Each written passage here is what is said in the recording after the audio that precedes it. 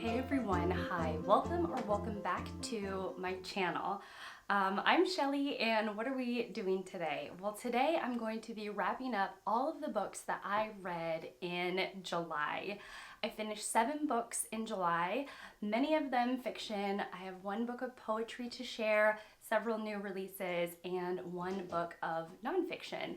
And so let's just get right into it. The way I've decided to structure this video is to start with the newest release and work backwards.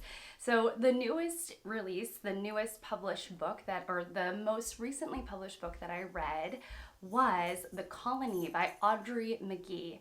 I found out about this book when I was perusing new releases for April of 2022, and the cover of this book, which I've talked about ad nauseum, really stood out to me. I thought it was really compelling. I loved the teal in the cover, and I loved the provocative imagery of the hand painting an island and this canvas and sort of mixed medium looking cover. So I did pick this up partly because the cover intrigued me, partly because it was about a small insular colony in Ireland, and partly because I thought it might be longlisted for the Booker. Well, me and everyone else on Booktube and their mothers, everyone thought that The Colony was going to be longlisted for the Booker, and surprise, surprise, or to nobody's surprise, it was. And it was the first book that I read. I read this as a buddy read with Fraser Simons at the channel Springboard Thought. And we both, if I can speak for him, we both really enjoyed this book, but we definitely had some different takeaways. So The Colony is about this very small remote island, and on this island there is basically one family occupying this island and 2 strangers, one of which is an academic man trying to preserve the language on the island, Gaelic. And he is visiting the island, and the other one is an artist who is trying to get back to the inspiration that he once had and to draw inspiration from this insular colony and being on the island and like looking at nature. And the plot kind of unfolds from there. The strangers end up bringing a lot of tension and creating a lot of tension among the family living on the island. And it's really a balance between the tension created and the very quiet plot that is kind of slowly moving along. I really like this. I thought this was almost like a meditative type of read. There isn't these big plot twists and turns or big reveals or anything like that. It was quiet, and it's all about sort of delicate tensions, you know? And there was something I really, really loved about the book. I don't think that everything worked about the read, particularly the character of the academic on the island. There were times where I felt like Audrey Magee was using him to explain some details that felt a little bit like she was talking down to the reader, and I really don't like that, but thankfully that didn't happen very often, and overall this was a really successful read. My next read was again published this year, but the poetry in it is very old, written in 1200 AD. And the book I am talking about is Gold by Rumi. This was a gift from my friend Fraser Simons at the channel Springboard Thought, so thank you, Fraser. And this is a new translation, and the translator is Lisa Ghaffori. And so this is old language, but a recent translation, and again published in 2022 by the publisher NYRB, which is a very niche publishing house that does these gorgeous, sturdy paperbacks.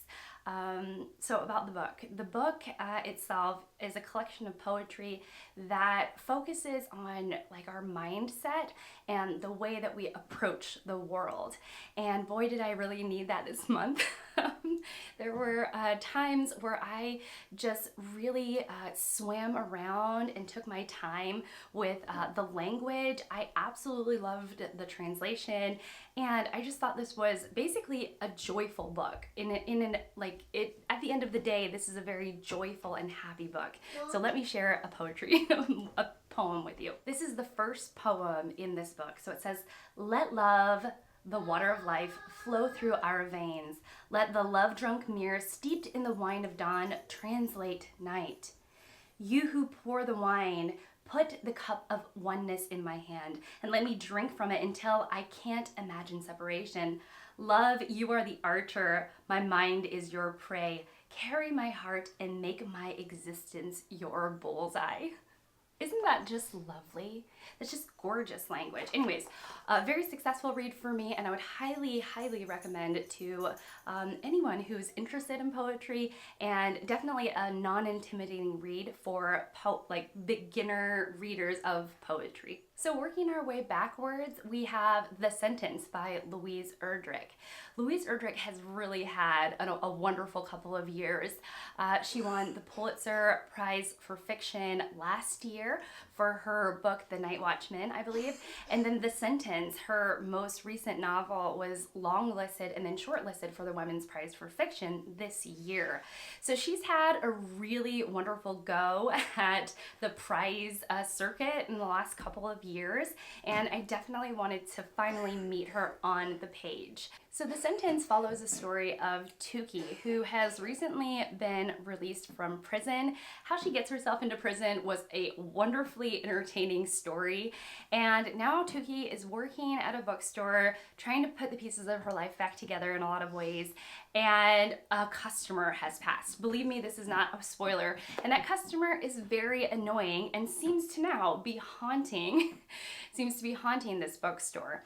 I thought, so the whole story is set in Minneapolis, which is where the social justice, or rather social injustice, are the anger, the fuel to the fire, the spark that set the world on fire of George Floyd's death happened in Minneapolis. And that's where this book is set. And it's also set during COVID times.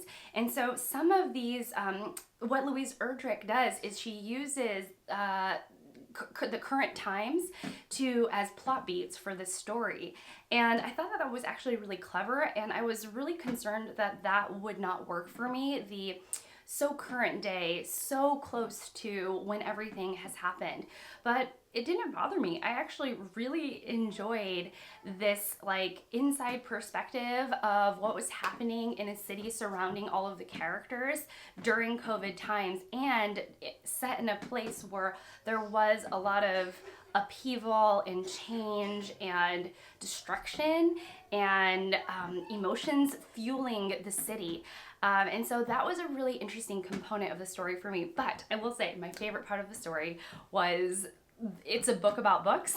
Like, Tuki works at a bookstore. She's surrounded by people who loves books and words. There are moments where Erdrich kind of pauses the story, or will linger on what a word means, what a phrase means, what a turn of phrase means. And for book lovers and book nerds like me, I loved that. I really loved that. And so not only did like the current times, the present day aspect of the story, did that actually quite work for me, but I was shocked at how much I loved the book about books aspect of this story. So I will have to say that The Sentence was a very successful book for me, and I would recommend it for anybody who's looking to maybe start with Erdrich and you don't know where to start. This was my first Erdrich, and I really, really enjoyed it. The next book I finished was a very popular fantasy novel, and it actually, if we're going back to the Women's Prize, it won the Women's Prize last year, I believe, and I'm talking about Suzanna Clarke's Piranesi. I read this as a buddy read with AJ Dunn of AJ Dunn Reads and Writes and Jolene at Bookworm Adventure Girl. I read this while I was away on a stint in Vegas, and this is a very, very, very cool read. I will pass on one tip that was given to me that I found so incredibly helpful, and it is this. As you are reading, as you are starting to read Piranesi by Suzanna Clarke, really focus your mind on creating the setting that she is unveiling in this story. Because ultimately this book is, if as a brief synopsis, is about a man wandering in a place that he's trying to figure out. And as you are wandering around, she is building this world for you.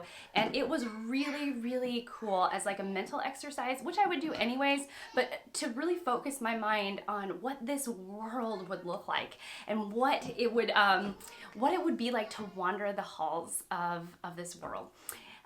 Anyhow, I really love this. It was a mixed, we took, the three readers that read this took away from this a mixed bag. Some of us loved it, some of us didn't, but I have to say that this really, really worked for me, and I would highly recommend this to especially readers who are maybe not necessarily fantasy readers. I think it works especially well for people who aren't super well versed in the world of fantasy. So we are moving back a couple of years to 2009, and the next book that I read was The Girl Who Played with Fire by Stieg Larsson. This is the second book in his Millennium series, which is a thriller series that follows a journalist, Michael Bloomfest, and his, not sidekick, because she's definitely not a sidekick, and a unusual young lady named Lisbeth Salander, who is really the focus in this book.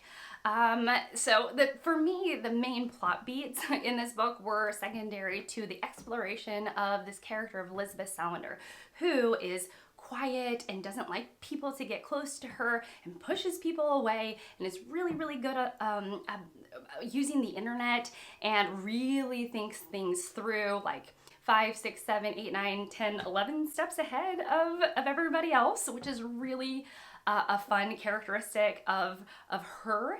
And on top of that, she has her own internal sense of justice. This is definitely a girl who hurts boys, who hurts girls kind of book. I think that this might have been the beginning, and this story explores Salander's background, and I have to say that she is one of my favorite characters of all time at this point, because she's just, she does what she wants. She's like, I'll do what I want, and I will suffer the consequences, but you have to catch me first. That's really what it is. Yeah, that's what it is. I do what I want, and I will suffer the consequences, and you gotta catch me first.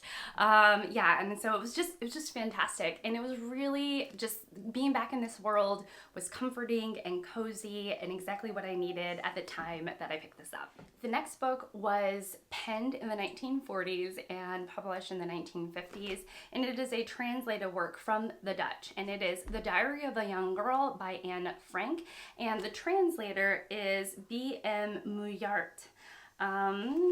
And this is a translated diary of Anne Frank, who was a young lady living during the World War II, and she was a Jew. And so her and her family go into hiding during World War II, and it is about essentially her time in hiding.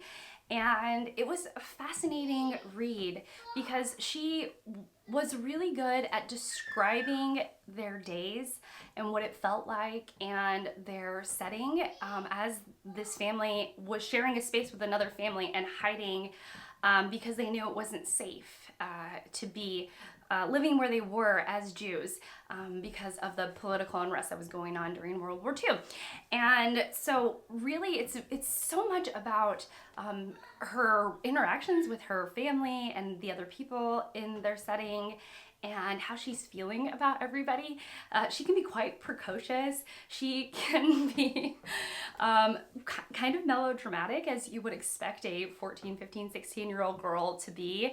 Her thoughts definitely develop over the time she spends penning this diary. And it's really interesting, this interaction she has with this diary. And ultimately really, really heartbreaking, because we know that Anne Frank didn't survive, that her family ends up being caught, and her family doesn't survive, and she doesn't survive. So this is a fascinating artifact. It was fascinating spending time with Anne Frank in this way. It felt in a lot of ways very personal and intimate, and it adds to the heartbreak to know that she was one of the many that lost their lives in this tragedy. A slight nudge in case you did miss the read along, this month is Women in Translation Month, and this would be a perfect read for that. On to my last read, and quite possibly my favorite read of the month, and it happens to be like a classic as well, and it was for Jane Austen July, which is an event here on Booktube. I will leave all of the information linked down below about Jane Austen July in case you don't know about it and you're curious about it. But anyways, I read Pride and Prejudice by Jane Austen. This is Jane Austen's most popular work by far, and it follows the Bennet family, who has the overdramatic Mrs. Bennet, who is trying to marry off her 5 daughters, hopefully to good matches, meaning to men who are wealthy and can take care of them. And it is about misunderstanding and misreading people, and about changing your ideas about people. And yeah, and so this is a fantastic read. I think I love this even more than I read it when I first read it 8 years ago. And wow, I mean, wow, this novel is just perfection. Perfection down to every word, every turn of phrase, everything about it is just gorgeous. And if you haven't had the pleasure of reading Pride and Prejudice, why why hold back on such a joy, such a treat? Yeah, if you can't tell, I just love this. There is something so unique about Jane Austen's voice that is just beautiful and wonderful to spend time with. Like, every single sentence is just gorgeously constructed and so well thought through. So anyways, so for any of you who are love language, for those of you who maybe haven't tried the world of Austen yet, this is a wonderful place to start. And yeah, okay, so tell me, what did you read this month? What was your most contemporary read? What was the oldest read that you've consumed this month? I would love to know. And yeah, that is it for me. So thank you so much. Thank you so much for spending this time with me. Thank you so much for watching, and I will see you all in my next one. Bye, guys.